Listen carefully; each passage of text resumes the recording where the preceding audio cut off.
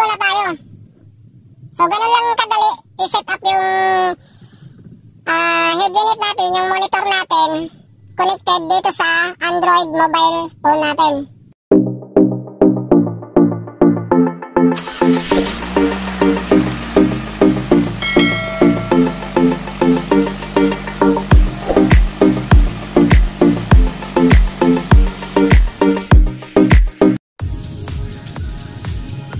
So, good morning mga trippings. Yeah. Medyo maganda ngayon ang panahon. Sarap mag-lagalag. Ang dami ko palang nakikitang post regarding dito sa head unit ng Toyota Vios. Yung cellphone nila na kinokonek dito sa head unit. So, ang dami nagtatanong kung paano. So, medyo na-curious din ako kasi nung una hindi ko rin alam yun, hindi ko pa alam yun. So, nagbasa ako ngayon dito sa manual natin. Andito pala lahat yan sa owner's manual ng head unit natin. Ayan, nakalagay dyan. So, dito lahat, malalaman natin kung ano lahat ng function ng head unit ng monitor natin. So, kailangan lang natin siyang basahin para malaman natin lahat. Andito, nabasa ko dito yung sa, ito, yung Smart Device Link, Apple CarPlay, tsaka yung Android Auto. So, kapag ang cellphone mo is Apple, ito ang gagamitin mo, Apple CarPlay. So, kapag ang cellphone mo naman is Android, katulad ng cellphone ko, Android, so dito tayo sa Auto, ito, Android Auto. Yan, mababasa natin lahat yan. So, ayan o, Android Auto Operation, Voice Recognition Operation, about supported devices. Ayan. So, puntahan lang natin yan kung paano natin siya mapapagana. Tapos, doon tayo sa Auto Android. Ito, ano na ito Apple, ito, dito tayo sa Auto Android. So, ayan. Ayan. So, paano mag-connect nito? So, ito lang yung step natin babasahin. Connect your Android smartphone to the USB port of the system. Ngayon, may lalabas dyan na touch enable. So, click natin enable. And then, ayan, number 3. Touch agree. So, agree lang natin. So, this screen will only appear the first time a connection is made. So, pag first time mo, i-connect yung Android mo, so yan yung lalabas siya. On the connected menu area touch. Ayan, Android Auto. The Android Auto screen will display. Ayan. So, tingnan natin kung may kasunod pa. Ayan, meron pa dito. Voice recognition naman ito. O, pwede mo nga pala siyang i-set up ng voice recognition. Kung mababasa mo dito sa sa unahan, kasi yung susi. I-on natin. So, tingnan natin kung ano mangyari. So, ayan. So, ina natin. Bukas akong pinto. Bukas.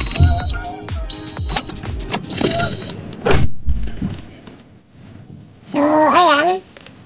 Ayan, may makikita ka dito na set up. Ayan o. Ayan. So, pwede mo siyang magkaroon ng voice recognition. Ayun, i-connect na natin yung USB dito sa head unit according dito sa manual na binasa natin. So, subukan na natin. So, ito, yung sa phone natin is nilagay ko na dito. Na kunin ko na siya dito. Ngayon, ito, i-connect na natin to dito sa USB port. Ayan. So, subukan na natin ilagay.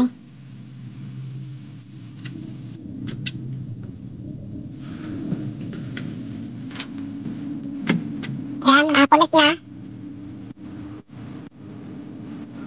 Continue muna natin to.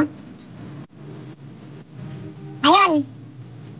Kung mababasa nyo, kung makikita nyo, ayan na siya. So, ang nakalagay dyan,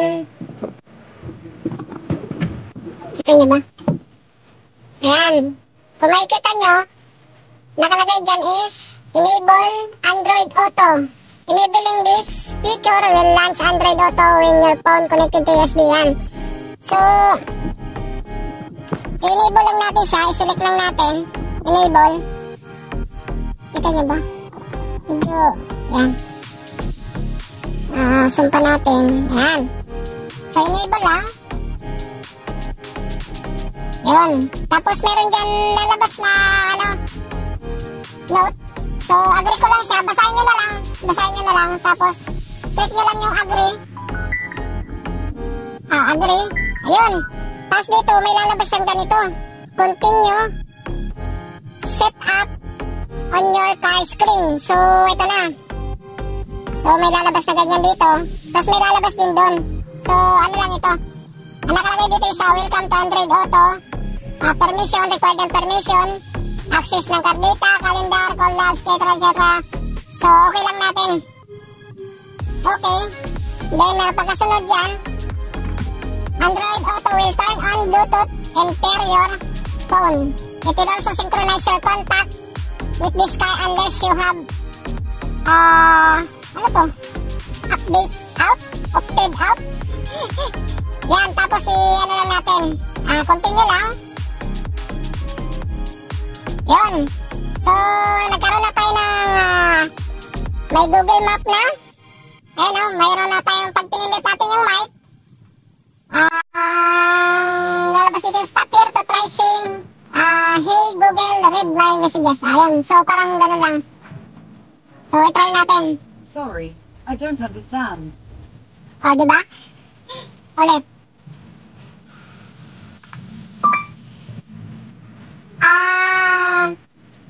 Shell location. Who do you want to share this with? Can you put it on the screen? So that I better understand the names of the people you message, I'll need some more information. Go ahead and choose an option on the screen. Ito pala, pag mag-share ka ng kung kanino mo siya i-share. So, pwede mo sa X. Ayan, so nakano na siya, may YouTube na din. So, explore nyo na lang, basta at least napakita ko sa inyo na ganun lang siya kadali. So, sa screen natin sa BIOS, ganyan yung lalabas. Pero yung dito natin sa cellphone is ganito. Yung sa home screen natin, ganyan. So, ayan. So, subukan natin na i-tap dito kung lalabas dito. Hindi pala siya mirror screen. So, dito lang siya. Magtatap lang tayo dito kung saan natin gusto pumunta. Subukan natin ang Manila. Ayun.